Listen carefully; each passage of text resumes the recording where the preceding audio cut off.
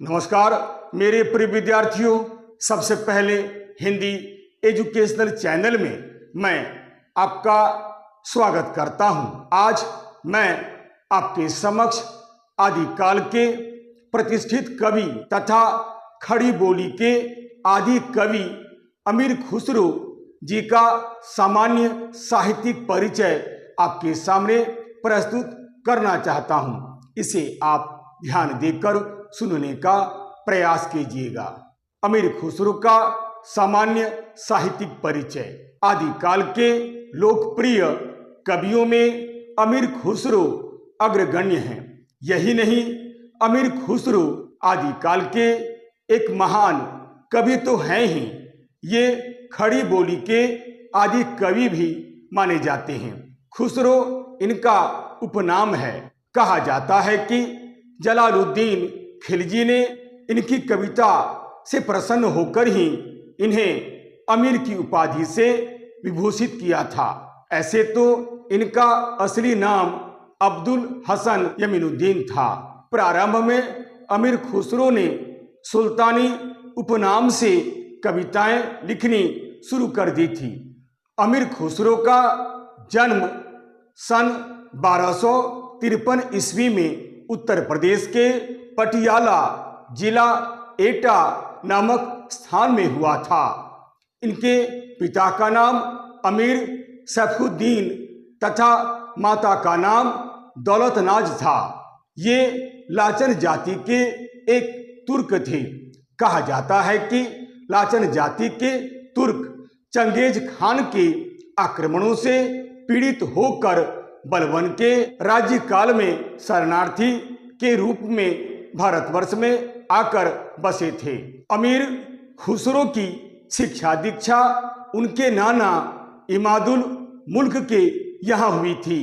इनके आध्यात्मिक गुरु प्रसिद्ध सूफी संत हजरत निजामुद्दीन औलिया जी थे। अर्थात ये निजामुद्दीन औलिया के प्रमुख शिष्यों में से एक शिष्य थे। अमीर खुसरो जलालुद्दीन खिलजी के एक दरबारी कवि थे। इसके साथ ही साथ सुल्तान महमूद बिन तुगलक के साथ साथ दिल्ली सल्तनत के कई शासकों के ये दरबारी कवि थे।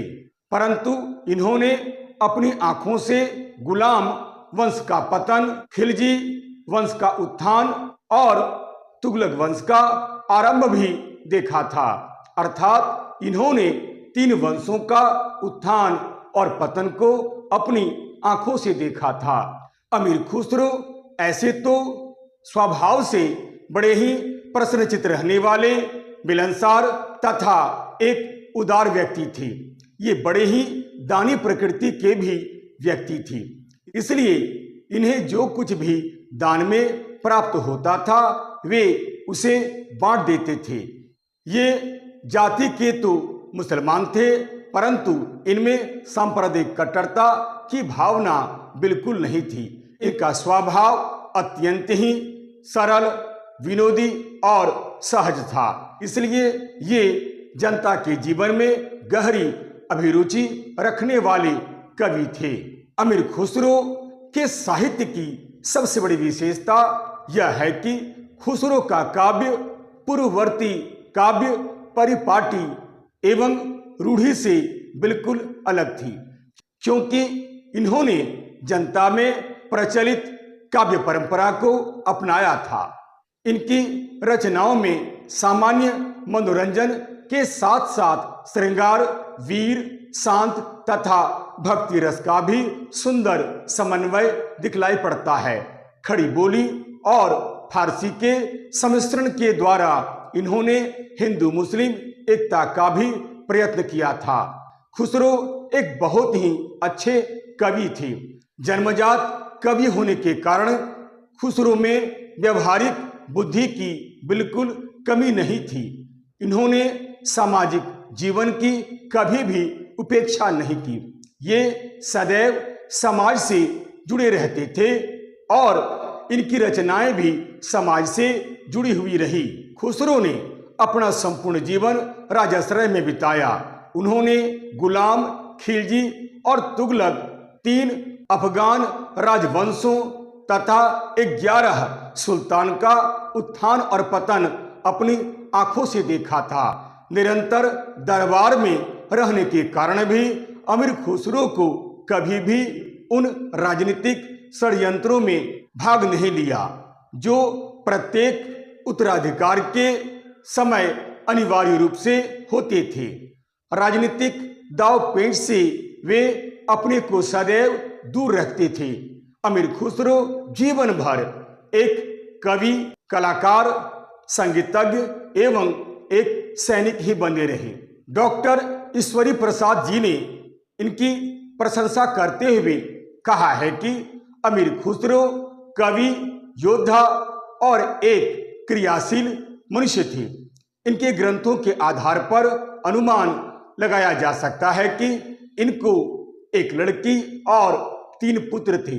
जब संवत 1324 ईस्वी में उनके गुरु निजामुद्दीन औलिया जी की मृत्यु हुई तो ये मृत्यु का समाचार सुनते ही दिल्ली पहुंच गए और औलिया की कब्र के निकट निम्नलिखित दोहा पढ़कर बेहोश होकर गिर पड़े। यह दोहा कुछ इस प्रकार है। गोरी सोवे सेज पर, मुख पर डारे केस, चल खुसरो घर अपने रैन भई चहु देश।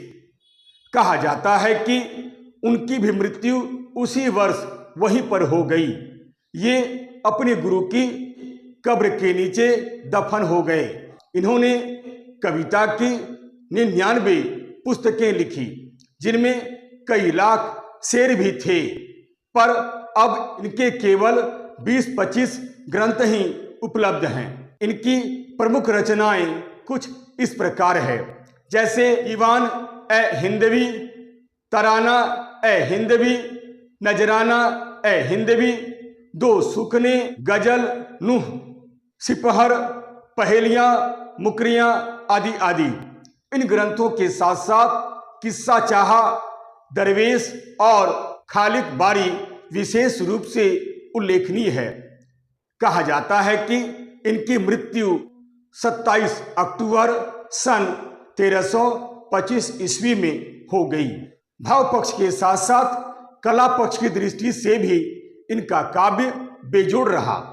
अमीर खुसरो कई भाषाओं के कवि थे, जैसे अरबी, फारसी, तुर्की और हिंदी के एक बहुत बड़े विद्वान थे तथा इन्हें संस्कृत का भी अच्छा खासा ज्ञान था। ये ऐसे तो मुसलमान कवि थे, फिर भी इन्होंने हिंदी का प्रयोग खुलकर किया। खुसरो खड़ी बोली के आदि कवि हैं। कहा जाता है कि खुसरो ने ही सबसे पहले अपनी भाषा के लिए हिंदवी शब्द का उल्लेख किया था। इनकी भाषा बिल्कुल बोलचाल के निकट थी। इनके द्वारा रचित पहेलियां तथा मुकरियां खड़ी बोली के प्रारंभिक रूप के नमूने हैं। यद्यपि इनकी खड़ी बोली बड़ी भाषा की ओर मुड़ी हुई दिखलाई पड़ती है, जिसे खड़ी बोली और ब्रज भाषा का मिश्रण भी कहा जा सकता है। इनकी कुछ पहेलियां, मुकरियां और फुटकर गीत बड़े ही लोकप्रिय हैं, जिनसे हमें इनके विनोदी प्रकृति के व्यक्ति होने का भी परिचय मिलता है। यहाँ एक उदाहरण द्रष्टव्य है। मुकरी, रोज मेरे घर आवत है, रात गए फिर आवत है, फसत अमावस गोरी के फंदा, ऐ सखी साजन ना सखी चंदा। पहेली, एक थाल मोती से भरा, सबके सिर पर औंधा धरा, चारों ओर वह थाली फिरे, मोती उससे एक न गिरी। बताइए क्या है? यह है आकाश। यही नहीं, अमीर खुसरो जी ने अनेक गीतों तथा दोहों की रचना शुद्ध ब्रज भाषा में की है। अतएव यह कहना संगत है कि अमीर खुसरो ने हिंदी भाषा के दोनों रूपों यानी खड़ी बोली तथा ब्रज भाषा की सेवा समान रूप से की है। ये अरबी फारसी के भी प्रसिद्ध कवि थे। इन्हें संस्कृत भाषा का भी अच्छा खासा ज्ञान था। कहा जाता है कि इन्होंने 99 पुस्तकों की रचना की थी। इनका तुर्की, अरबी, फारसी तथा हिंदी का पर्याप्त कोश अत्यंत ही प्रसिद्ध है। अमीर खुसरो पक्के संगीतज्ञ भी थे। इन्होंने कई राग रागिनियों को भी जन्म दिया है, जिनमें कव्वाली बहुत ही प्रसिद्ध है।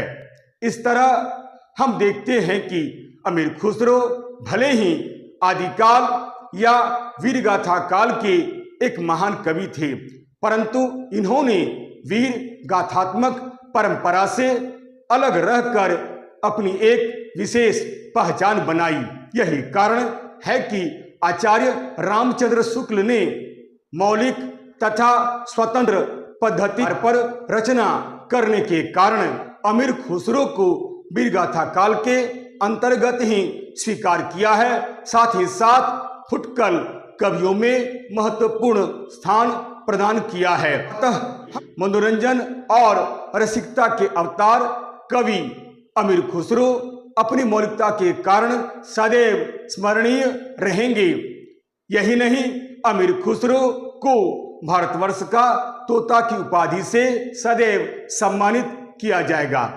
आशा करता हूं आप इस वीडियो के माध्यम से आदि कवि अमीर खुसरो जी का सामान्य परिचय प्राप्त कर लिया होगा।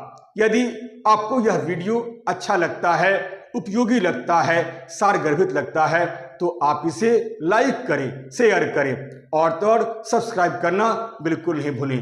तब तक के लिए नमस्कार, धन्यवाद।